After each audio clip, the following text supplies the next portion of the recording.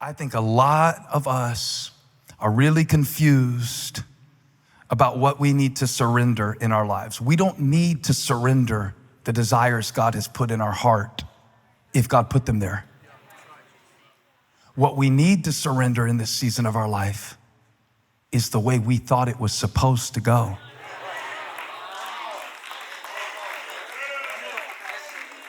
Did you say that again? All right. Just for you.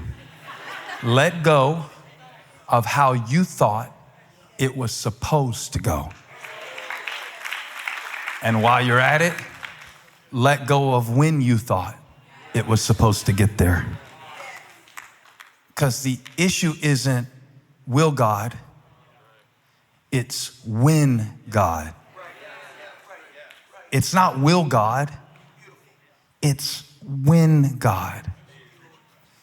And it doesn't just depend on what he wants to do. It depends on what you are willing to do until God does. I shared with one of the people that I mentored the other day, they were needing clarity. And I said, the issue isn't whether God will reveal this or not. The issue is, what will you do until God does give you clarity? Because if you flail right now, and if you thrash right now, and if you act nasty right now, and if you cope with stuff that's going to put you in a cage later right now, then when God gives you clarity, you won't even be able to act on it because you will be so constrained by the decisions that you made while you were waiting. The issue is not will God.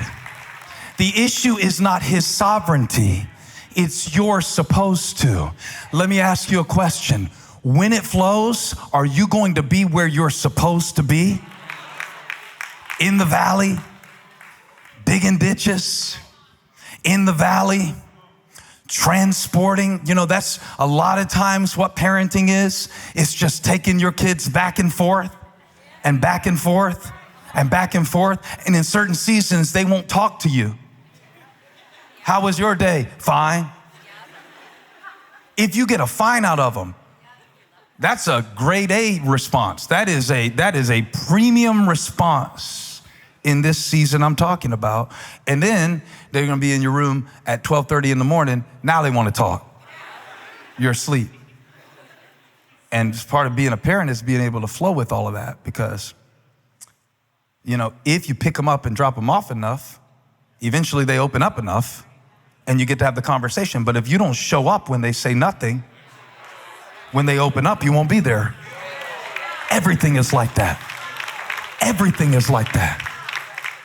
Everything God did in my life was something that I was digging in a dry place when he was doing it. And the same thing for Holly. The same thing for Holly. Usually when we meet people and we're meeting them for the first time and they're a part of the ministry, they'll go, "Oh, Pastor Stephen, hey, Holly." Doesn't bother me a bit. Doesn't bother me a bit. I'm like, I like her more than I like me too. Hey, trust me, I'm in her fan club. I'm the president. Would you like a picture of her? And I'm exaggerating a little bit, but just to make a point, that I remember when Holly felt completely useless in this ministry. I remember the season when the kids were very little, that I would take them out on a Wednesday night and she would invite maybe like 12 women. I don't know if it would be smaller or larger than that, but she would have them into our home and she would walk them through a Bible study. But it wasn't just a Bible study because she didn't really feel like she had that much to teach from the Bible, but she would show them how to cook quick meals.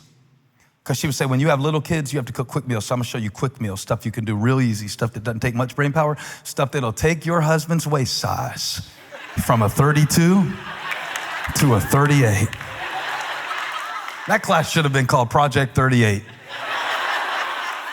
And so I watched it expand like my waistline from when she did the Bible study in our house to then I watched, they said, you need to do that for all the ladies of our church.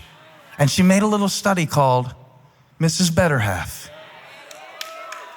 You know how many people I have overheard while they're getting their selfie with her while I'm standing over in the corner sucking my thumb say, "It saved our marriage"?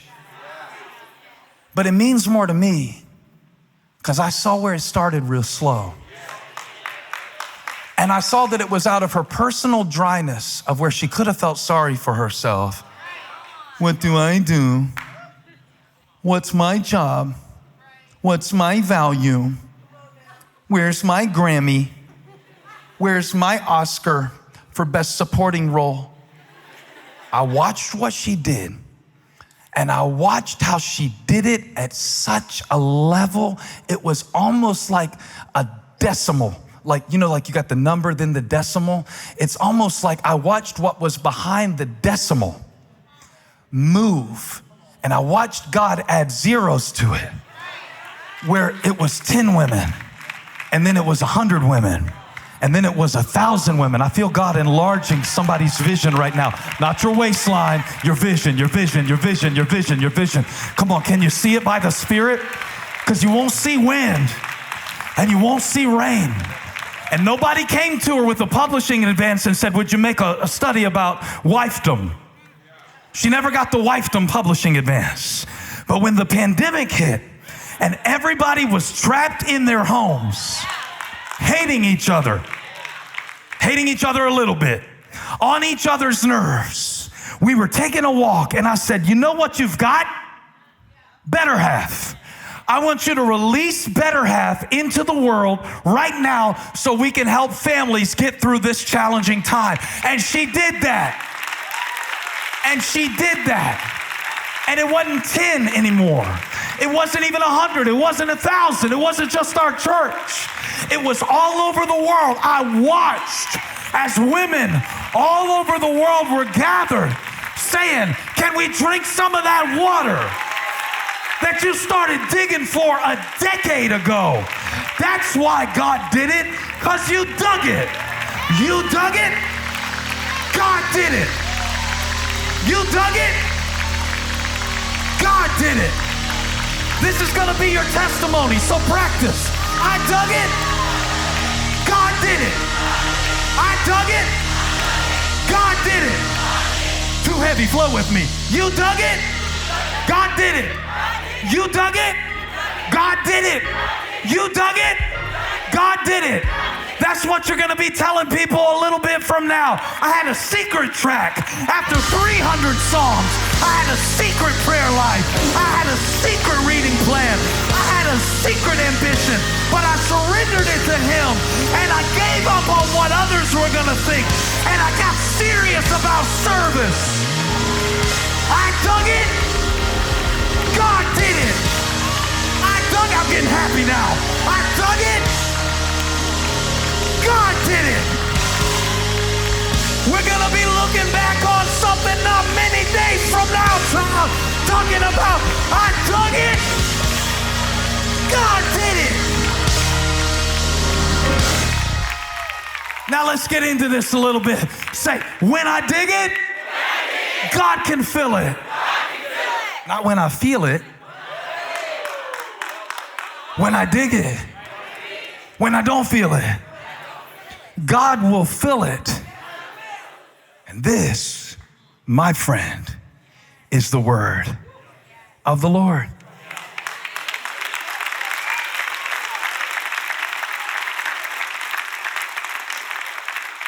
Why is it not here yet? Imagine the digging that took place with people who were already dehydrated. Because they dug all night. They waited all night. That's a long time to dig with nothing to drink. Trust me, I've dug. I've dug. Come on, take it from the grave digger. I've dug. And I'm not filling a valley with ditches, and I had better tools. So digging while you're dry, right? That sounds so inspirational, but it can be so difficult. So they need water right now. Why didn't God make it flow the moment Elisha spoke it? Why do we have to go all the way to verse 20 for the water to come? I'm gonna tell you why. Because the sun wasn't up yet. The sun wasn't up yet. Some of the things that make you want to give up and think it's never coming, the sun isn't up yet. The sun isn't up yet. Say it out loud, the sun isn't up yet. The sun isn't up yet. Imagine them digging all night and they're dry and they're desperate. And in many ways, they're defeated. They've already expressed that the Lord has brought us here to hand us over, so they've completely lost their confidence. But they're digging anyway. Verse 17 says, thus says the Lord, you shall not see wind, nor shall you see rain, yet that valley shall be filled with water. So every time they check to see, has it happened yet? Somebody says no. I want to talk for a moment about what to do when you're navigating a no. Is there wind yet? No. Do you feel the mist yet? No. No, I'm not talking about a thunderstorm. Do you even feel a drop yet? No. Some people love to ask me, are you ready to preach? I never answer that with a complete yes. Because the truth of the matter is, there's no real way to be ready to release the word of God.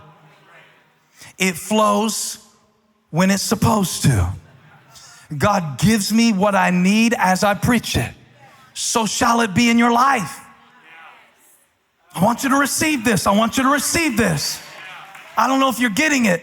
Every time they asked, did God do it yet?